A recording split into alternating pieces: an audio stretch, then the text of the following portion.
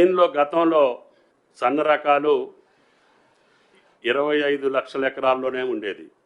ఈ సంవత్సరం 40 లక్షల చిల్లర ఎకరాల్లో సన్నధాన్యాన్ని పండించడం జరిగింది. కారణం, సన్నధాన్యానికి 500 రూపాయలు తెలంగాణ ప్రభుత్వం బోనస్ ప్రకటించింది.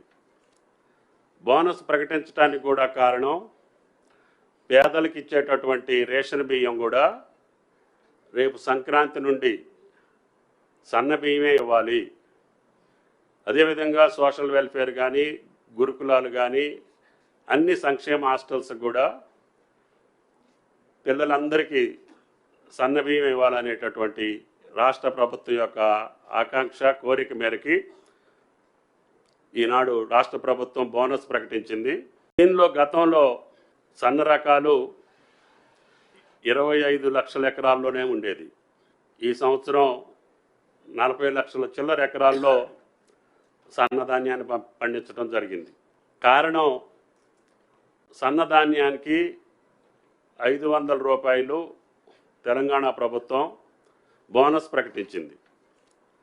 బోనస్ ప్రకటించడానికి కూడా కారణం, పేదలకు ఇచ్చేటటువంటి రేషన్ బియ్యం కూడా రేపు సంక్రాంతి నుండి సన్న బియ్యమే ఇవ్వాలి.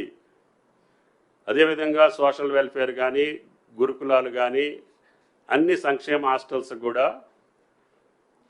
పిల్లలందరికీ సన్న బియ్యం ఇవ్వాలనేటటువంటి రాష్ట్ర ప్రభుత్వం యొక్క ఆకాంక్ష, కోరిక మేరకి ఈనాడు రాష్ట్ర ప్రభుత్వం బోనస్ ప్రకటించింది.